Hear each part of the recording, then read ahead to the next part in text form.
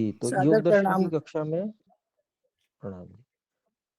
योग दर्शन की इस कक्षा में हम महर्षि व्यास जी के भाष्य को पढ़ रहे हैं और इसमें दूसरे सूत्र के लगभग आधे भाष्य को हमने देखा। इस यहाँ तक हम में से जो भी कोई कुछ पूछना चाहे तो हैंड्स रेज वाले ऑप्शन का प्रयोग कर लें और पूछ सकते हैं।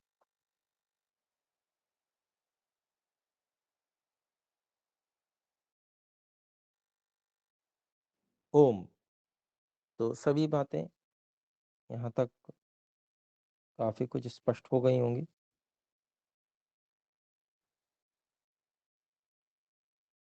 आम महोदय, समझ जी, धन्यवाद।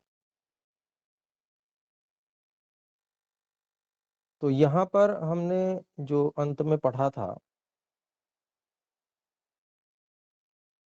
कि एकाग्र अवस्था जब होती है तो रजोगुण का लेश भी हट जाता है और चेतन की स्वरूप प्रतिष्ठा होती है।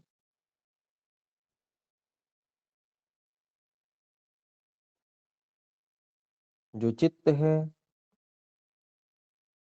और पुरुष है, इनके भिन्नता का बिल्कुल अलग-अलग का ठीक से ज्ञान होता है। तो ये जो स्थिति बताई है, ये स्थिति संप्रज्ञात समाधि की सर्वोत्कृष्ट अवस्था है, जिसको धर्म मेघ ध्यान भी कहा गया है। तो यह संप्रज्ञात समाधि की सर्वोच्च अवस्था, जिसमें आत्म साक्षात्कार होता है। तो बिल्कुल स्पष्ट रूप से चित्त और स्वयं, इन दोनों की भिन्नता का स्पष्ट रूप से ज्ञान होता है। बुद्धि की भिन्नता और अपनी भिन्नता का ठीक ठीक ज्ञान होता है। तो इस अवस्था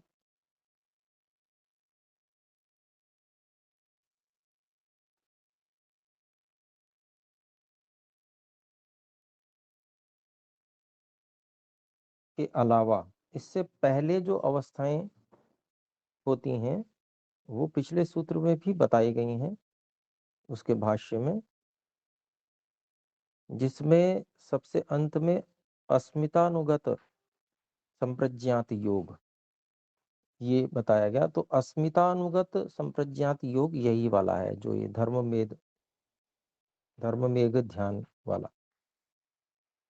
और उससे पहले भी जो वितर्क अनुगत, विचार अनुगत और आनंद अनुगत संप्रज्ञात समाधियां होती हैं, वो भी इसके अंतर्गत हुई, लेकिन वो प्रारंभिक अवस्थाएं हैं।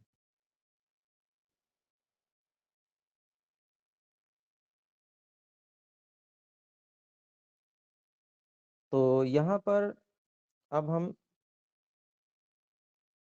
वृत्ति निरोधः इसकी व्याख्या को पढ़ेंगे।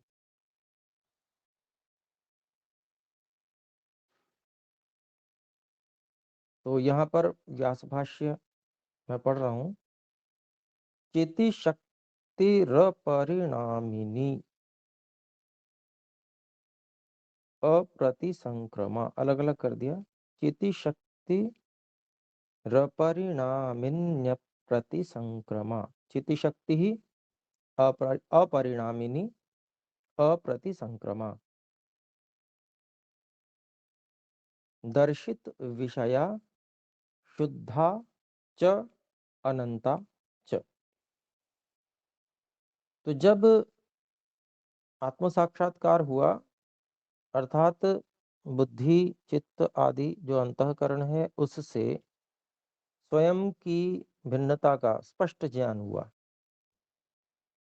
तो उसमें क्या ज्ञान होता है वो यहाँ पर बताया जा रहा है।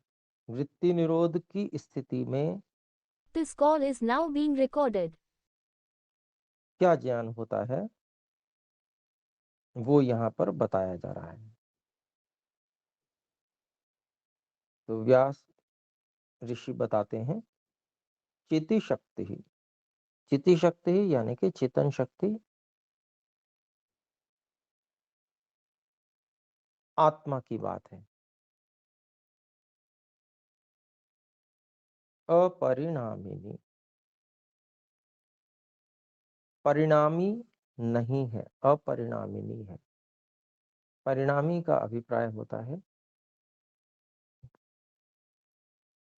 जो विकार को प्राप्त होता है, जिसमें कोई परिवर्तन होता है, वो परिणाम होता है, उसको परिणाम कहा जाता है दर्शन की भाषा में।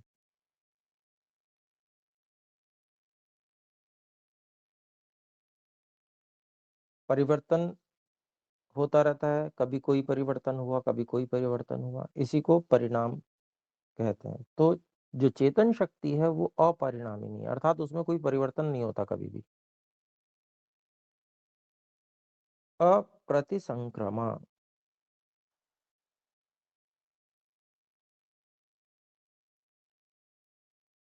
इसका अभिप्राय हुआ कि किसी और चीज से घुलती मिलती नहीं है।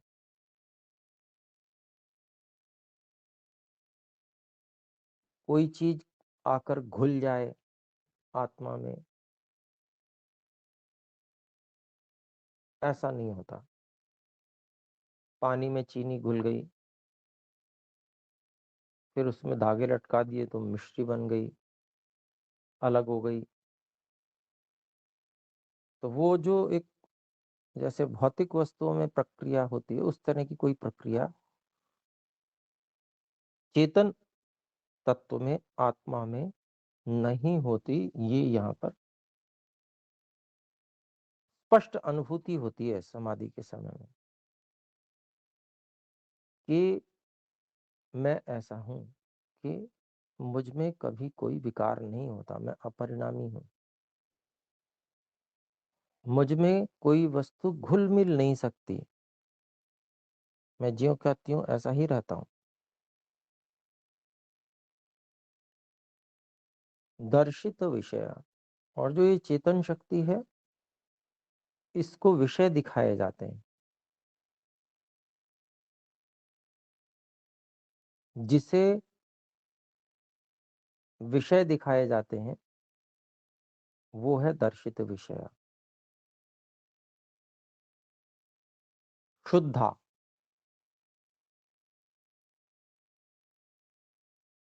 शुद्ध है ये चेतन शक्ति। अनंताचा, और अनंत है। यहां पर अनंत से अभिप्राय काल की दृष्टि से अनंत समझना चाहिए। चेतन शक्ति जीवात्मा के लिए कह रहे हैं, स्थान की दृष्टि से अनंत नहीं समझना चाहिए। जैसी चर्चा चल रही हो उसी तरह का अर्थ लिया जाता है। काल की दृष्टि से अनंतता क्या होती है? अनादिकाल से, अर्थात हमेशा से कोई चीज है और हमेशा ही रहेगी आगे भी, कभी समाप्त हो जाए या कभी उसका जन्म हुआ था, ऐसा नहीं। दो प्रकार की वस्तुएं होती हैं, एक जिनका आरंभ होता है, जिनका आरंभ होता है उनकी समाप्ति भी होती है।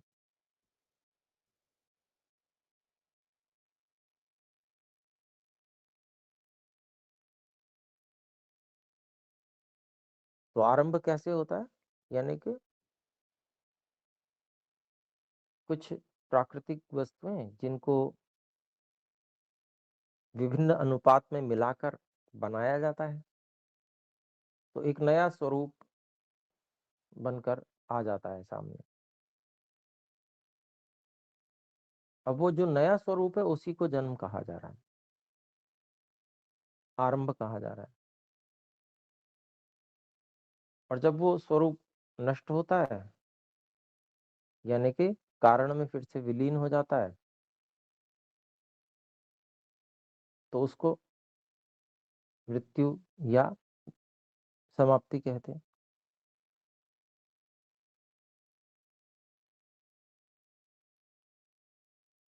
तो उस स्वरूप की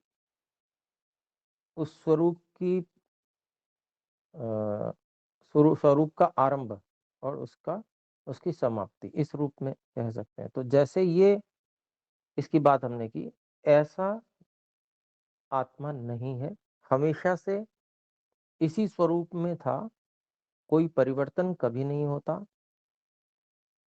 और ऐसा ही हमेशा रहता है, सदा से है, सदा रहेगा। यही अनंतता, काल की दृष्टि से अनंतता है।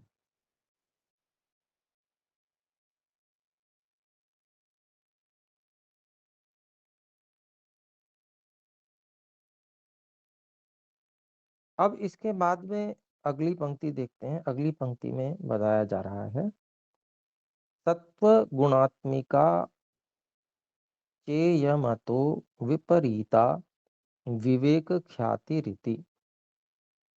सत्व गुणात्मिका च अयम अतः विपरीता विवेक ख्याति ही इति।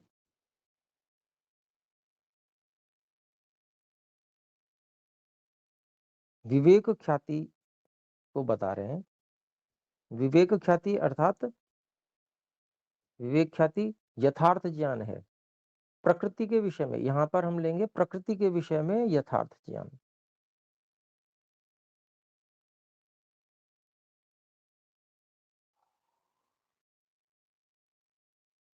और उसके संस्कार कहाँ रहते हैं? वो चित्त में रहते हैं।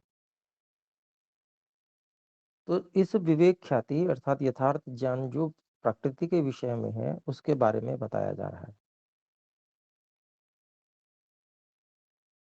कि यह जो विवेक ख्याति है, ये सत्व गुणात्मक है, अर्थात सत्य गुण स्वरूप वाली है। जब तक चित्त में सत्व गुण प्रधान रहता है, तब तक यह विवेक ख्याति प्रकट रहती है, यानी कि वस्तुओं का यथार्थ स्वरूप हमको समझ में आता रहता है।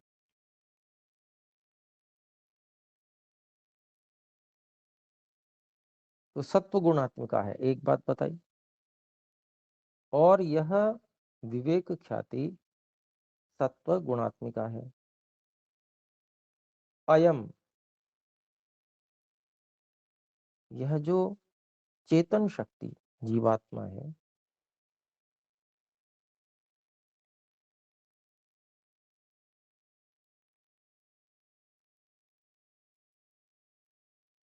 अतो विपरीता, इस विवेक ख्याति से बिल्कुल विपरीत है। तो जो गुण हमने चेतन शक्ति के अभी गिने थे, अपरिणामिनी, अप्रतिसंक्रमा, दर्शित विषया, शुद्धा च, अनंता च, 5, और चेतनता एक और गुण हो गया, चिति शक्ति है वो।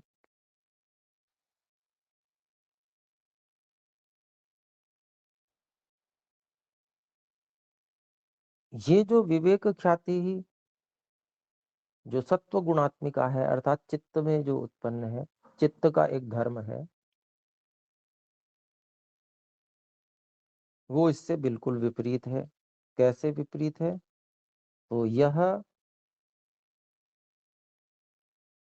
परिणामिनी है, यानी कि इसमें परिवर्तन होता रहता है, विकार होता रहता है।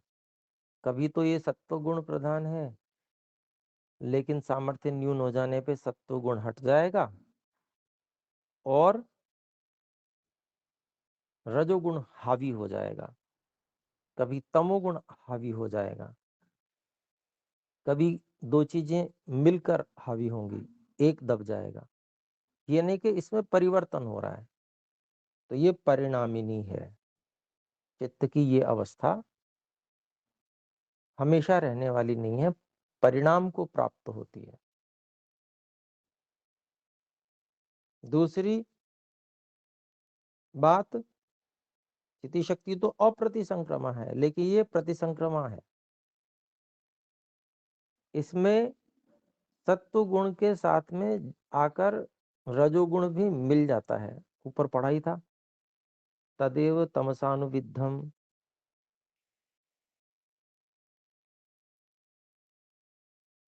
और रजस्तमोभ्याम संसृष्टम, रज और तम इन दोनों से जब मिली जुली होती है, पढ़ा ही था हमने।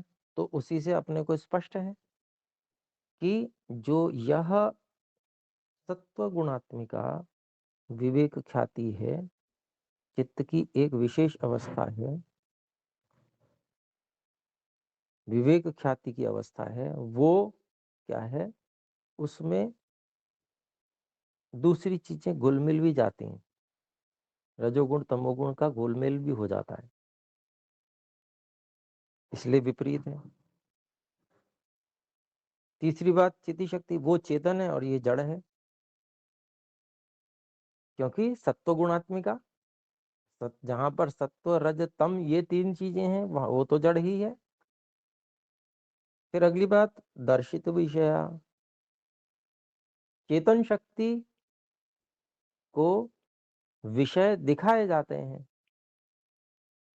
और इसमें देखने की ही सामर्थ्य नहीं है, सत्व गुणात्मिका है ये तो दृश्य है। शुद्धा आत्मा अर्थात चेतन शक्ति शुद्ध है और ये विवेक ख्याति अशुद्ध है।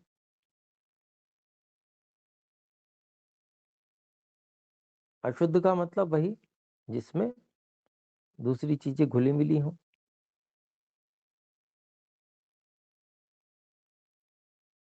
चेतन शक्ति अनंत है काल की दृष्टि से, यह शांत है, अनंत नहीं है।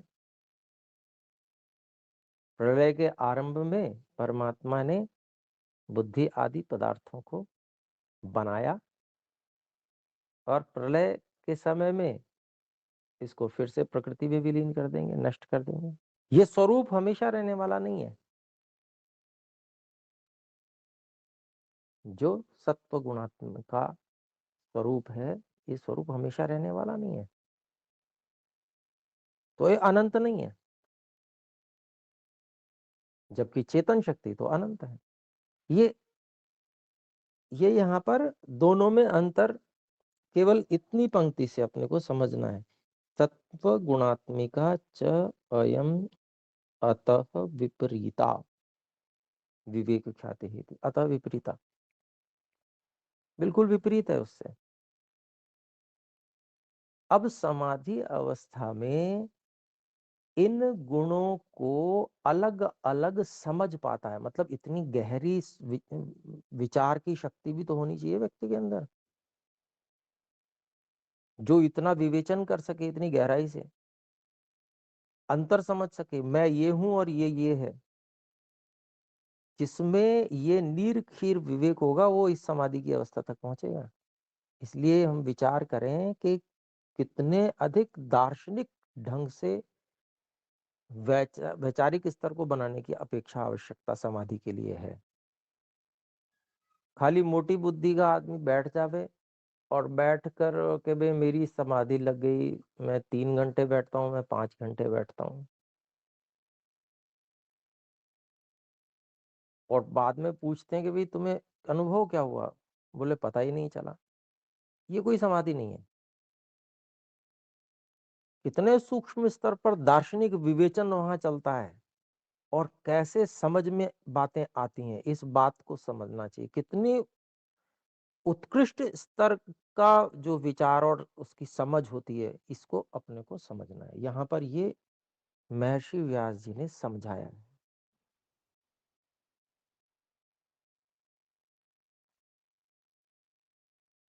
यहाँ पर जो पीछे कहा था ना, स्वरूप प्रतिष्ठम सत्व पुरुष अन्यता ख्याति मात्रम, सत्व पुरुष अन्यता ख्याति मात्रम जो हमने पढ़ा था पीछे, वो यही है। उसी को बता रहे हैं क्या अनुभूति हो रही है, क्या भिन्नता समझ में आ रही है।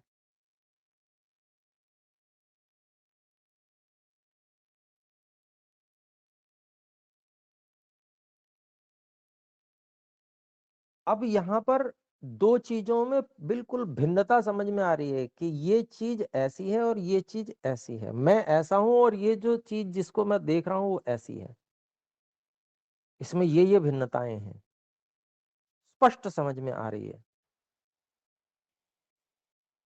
और इससे ये भी अपने को समझना चाहिए कि जब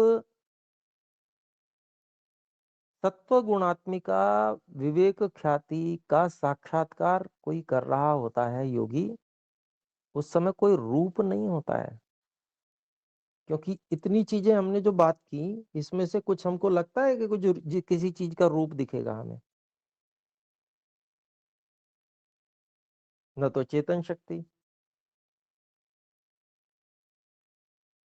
की तुलना करेंगे, तो चेतन शक्ति की तुलना तो हम अनुभूति से करेंगे, अनुभूति की सामर्थ्य है अथवा नहीं है।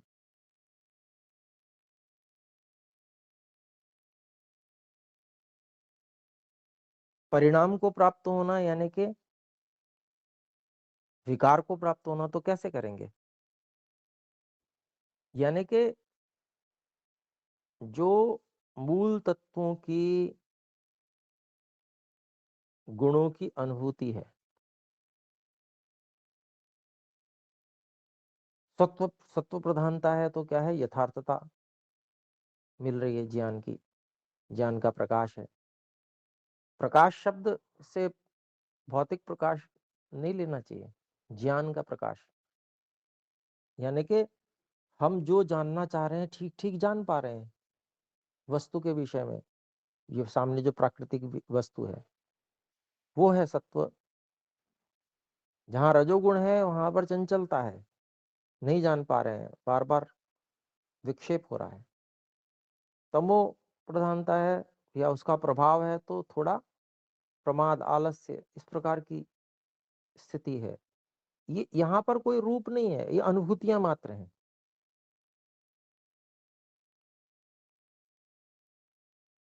अप्रतिसंक्रमा में भी वही बात है। ये जो समस्याएं हैं बीच में, जो रजोगुण और तमोगुण की समस्याएं, ये आके वहां पर उत्पात मचाएंगी, घुलेंगी मिलेंगी।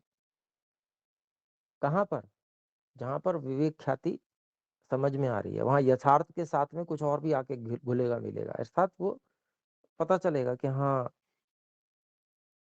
योग की अवस्था से भिन्न अवस्था में कैसे ये अपना प्रभाव जमाते हैं, कैसे कभी रजोगुण उभर के आता है, कैसे ये तमोगुण उभर के आता है, वो गुण से अर्थात अनुभूति से स्पष्ट होगा।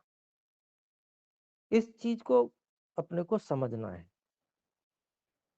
कि ये जो अनुभूति का स्तर है, गुणों जो सूक्ष्म गुण हैं वो अनुभव में आते हैं। कई बार हम अनेक बार ऐसा बहुत मोटे स्तर का विचार रखते हैं कि समाधि की अवस्था में कुछ दिखेगा, रूप दिखेगा कोई, इस तरह की बात नहीं होती है। तो यहाँ पर जो स्थिति है बिल्कुल स्पष्ट स्पष्ट, दो चीजें भिन्न भिन्न हैं, उनमें क्या भिन्नता है वो स्पष्ट रूप से अनुभव में आ रही है। अब आगे की पंक्ति देखते हैं।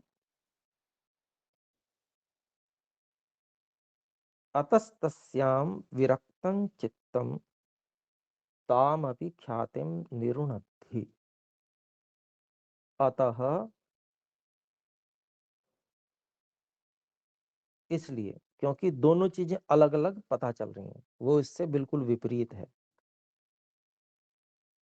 जब ये पता चल गया कि ये तो चेतन शक्ति है जो कि किसी चीज जिसमें कोई विकार नहीं होता, जो किसी से घुलती मिलती नहीं है, जिसको विषय दिखाए जा रहे हैं, जो शुद्ध है और अनंत है, और ये इसके बिल्कुल विपरीत है दूसरी चीज।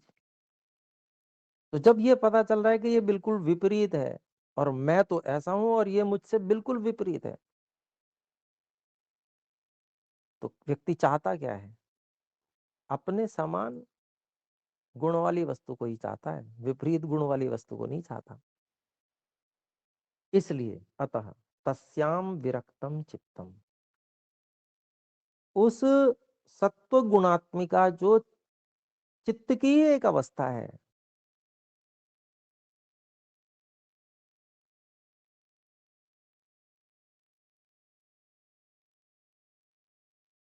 उससे भी विरक्त हो जाता है चेतनात्मा। यहां पर चित्तम शब्द है तो चित्त के लिए ही, लेकिन चित्त युक्त जो जीवात्मा है उसके लिए यहाँ प्रयोग किया जा रहा है। इसलिए उस विवेक ख्याति जो सत्व गुणात्मिका है, अर्थात सत्व गुण से युक्त चित्त की एक अवस्था विशेष है, उससे भी यह जीवात्मा, यह जो चेतन शक्ति है, यह विरक्त हो जाता है। विरक्त का मतलब राग से रहित हो जाता है। यानी कि पहले तो चाहता है। अब हम क्या है, ईश्वर से प्रार्थना करते हैं गायत्री मंत्र में, धियो यो नः प्रचोदयात्, हे ईश्वर हमारी बुद्धि को उत्तम गुण कर्म स्वभावों में प्रेरित करें। हमारी जो बुद्धि है वो सदा सही चलती रहे, अच्छी चलती रहे, सत्य को ही जनाए। तो एक ये प्रार्थना है हमारी, चाहते हैं हम ऐसा रहे ये। लेकिन जब हमें बिल्कुल ऐसा सीधा सीधा साक्षात्कार होता है, ये मैं और ये बुद्धि, ये दोनों अलग अलग, चित्त की एक अवस्था या बुद्धि की एक अवस्था यूं कह लें, यहाँ पर अंतःकरण को ही लेना पड़ेगा। तो जब बिल्कुल स्पष्ट रूप से दोनों चीजों की भिन्नता और परस्पर विपरीतता समझ में आती है कि बिल्कुल विपरीत है, ये तो मुझसे, मैं बिल्कुल अलग हूं, ये बिल्कुल मुझसे अलग है। तो जब ये समझ में आता है तो उससे भी जो एक राग की स्थिति बनी हुई थी ना, कि ये मेरे को इसी अवस्था में जनाती रहे बुद्धि, इससे भी वैराग्य हो जाता है, राग रहितता हो जाती है, उसके प्रति इच्छा समाप्त हो जाती है, तृष्णा कि ये ऐसी बनी रहे, एक तृष्णा बन जाती है ना, वो तृष्णा समाप्त हो जाती है। उसी को विरक्त कह रहे हैं महर्षि व्यास जी। एक एक शब्द ऋषियों का इतना अर्थों से भरा हुआ होता है, उसकी समझ बहुत आवश्यक है। इसलिए उस विवेक ख्याति जो सत्व गुणात्मिका है, जो एक चित्त की अवस्था विशेष है, उससे विरक्त हुआ हुआ यह चेतन आत्मा ताम अपि ख्यातिम निरुणति, उस सत्व गुणात्मिका जो थी उस विवेक ख्याति को भी रोक देता है। उस चित्त की अवस्था जो सत्य ही जनाती है सब कुछ, संसार के विषय में, प्रकृति के विषय में सब कुछ सत्य ही जनाती है, लेकिन फिर भी क्योंकि वो उससे बिल्कुल विपरीत है, उसके स्वरूप से बिल्कुल विपरीत है, इसलिए उसको भी वहीं रोक देता है। उस चित्त की अवस्था को भी चाहना बंद कर देता है। तत्व गुणात्मिका जो स्थिति है, एक स्थिति तक तो उसको चाहता रहता है कि सत्व गुण की स्थिति बनी रहे, बनी रहे, बनी रहे, मुझे आनंद मिलता है, मुझे अच्छा लगता है, सच्चाई जानने से मैं त्रुटि गलती नहीं करता संसार के विषय में। लेकिन जैसे ही उस समाधि की अवस्था में, अत्यंत उत्कृष्ट धर्म में समाधि की अवस्था में व्यक्ति पहुंचता है, तो उस समय फिर बस यहाँ पर उसको सत्व गुणात्मक जो वो अवस्था है चित्त की, उस अवस्था से भी विरक्ति होती है, उसके प्रति भी तृष्णा समाप्त हो जाती है कि भाई ये तो मिक्स मामला है, ये तो बार बार मुझे उठा के पटकती है, बार बार मुझे तमोगुण में भी खींच के ले जाता है, ये बार बार मुझे रजोगुण से भी युक्त करता है। ये चित्त जो है, ये चित्त की ये सत्व गुणात्मिका अवस्था भी कोई ऐसी अवस्था नहीं है जो स्थायी हो, मुझे गिर जाना पड़ता है। ये जो इस बात को कह रहे हैं, अतः तस्याम विरक्तम चित्तम ताम अपि ख्यातिम निर्णति। यहाँ जो अपि शब्द है, समय अधिक हो गया, इसको मैं फिर बताऊंगा। अपि शब्द से इससे पीछे का सारा हमको लेना पड़ेगा, आप इस पे चिंतन कीजिएगा। अर्थात उस ख्याति को भी रोक देता है। मतलब भी से क्या अभिप्राय होता है, बहुत सारी पीछे और बातें भी हैं कि जिनको वो रोकता है।